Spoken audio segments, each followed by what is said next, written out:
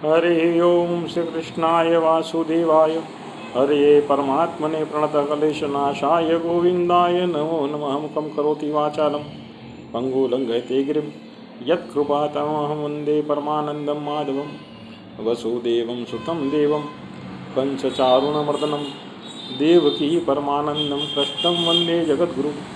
गुरुर्ब्रह्मा गुरुर्विष्णु गुरुर्देवो महेश्वर गुरुर्साक्षात् परब्रह्म तस्मै श्रीगुरुवे नमो नमः। पूज्यं वस्तु गोविन्दं तुभ्यमेव समर्पयेतः। ओम नमो भगवते वासुदेवाय। श्रीकृष्णार्पणमस्तु। श्रीमद्भगवद्गीता द्वितीयोऽध्यायः। श्रीकृष्णं शरणं मम।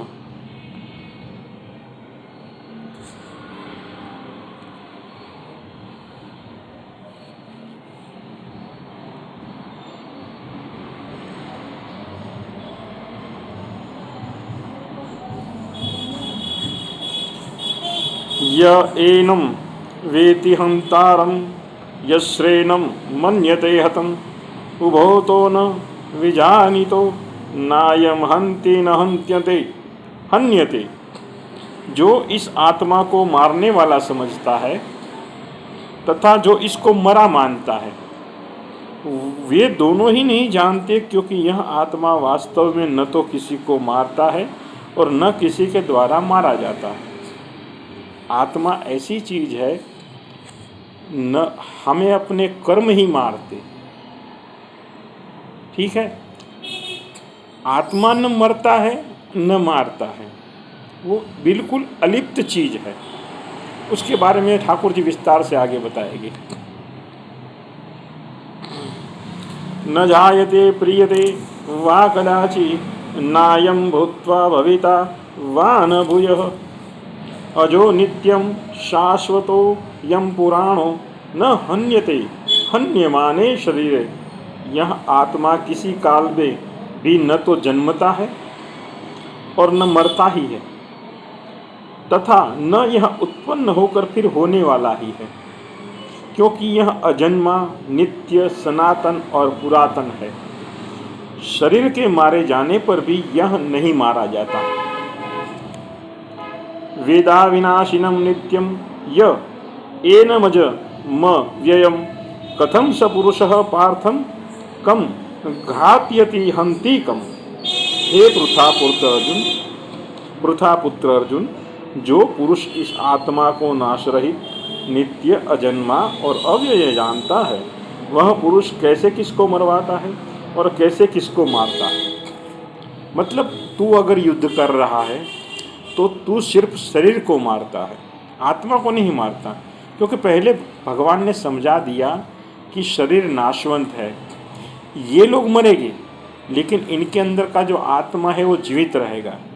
और इन लोगों को मैं पहले ही मार चुका हूँ, क्योंकि ये पहले भी थे, फिर इन्होंने जन्म लिया, अभी भी है, और फिर यही लोग शरीर के साथ जन्म लेंगे, लेकिन आत्मा वही रहेगा। वासांसि जीर्णानि तथा विहाय नवानि गृह्णाति नरोपराणि तथा शरीराणि विहाय जीर्णान्यानि संयाति नवानि देहि। ये गीता जी का ये श्लोक कई बार कई लोगों के मुंह से हमने सुना है, लेकिन ये गीता जी का मतलब जो श्लोक है, ओके, ये जो गीता जी का श्लोक है, ये सचमुच पूरे गीता जी में के अध्ययन में सबसे महत्व का श्लोक, महत्व के जो, वैसे तो सारे श्लोक ही महत्व के हैं, लेकिन ये श्लोक बार बार लोगों के मुंह से इसलिए उच्चारण होता है कि इस श्लोक को समझ गया वो पूरे जीव, शरीर और आत्मा सबको समझ गया। वासांसि जीर्णानि यथा विहाय नवानि गृह्णाति नरोपराणि तथा शरीराणि विहाय जीर्णान्यानि संयाति नवानि देहि। यानी अर्थात जैसे मनुष्य पुराने वस्त्रों को त्याग कर दूसरे नए वस्त्रों को ग्रहण करता है, वैसे ही जीवात्मा पुराने शरीरों को त्याग कर दूसरे नए शरीरों को प्राप्त होता है। कितनी बार हमने सुना है, यही इसका मूल है। और भगवान ठाकुर जी अर्जुन को यही समझाना चाहते हैं, उनके हृदय से भय निकालना इसी प्रकार से चाहते हैं। नैनम छिदन्ति शस्त्राणि नैनम दहति पावक न चैनम क्लैन्त्ययन्दापो न शोष्यति मारुतः। इस आत्मा को शस्त्र नहीं काट सकते, इसको आग नहीं जला सकती, इसको जल गला नहीं सकता और वायु इसको सुखा नहीं सकता। अच्छेद्यो मयदाद्यो य मय कलेद्यो शोष्य एव च नित्यः सर्वगतः स्थाणुर चलोयम सनातनः। क्योंकि यह आत्मा अच्छेद्य है, अच्छेद्य यानी जिसको भेदन नहीं किया जा सकता।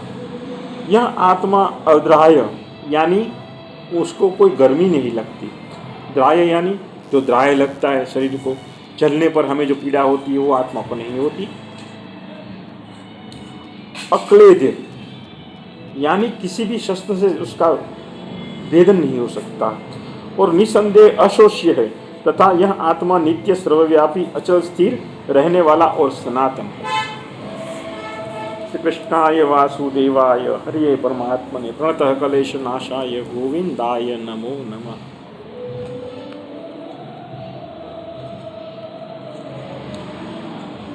श्री कृष्णाय वासुदेवाय हरिये परमात्मने प्रणतः क्लेश नाशाय गोविंदाय नमो नमः। अपराध सहस्राणि कियन्ति हर्निशं मया दासो महिमात्वः क्षमस्व परमेश्वरः। तुभ्यं वस्तु गोविंदं तुभ्यमेव समर्पयेतः। श्री कृष्णार्पणमस्तु। ओम नमो भगवते वासुदेवाय।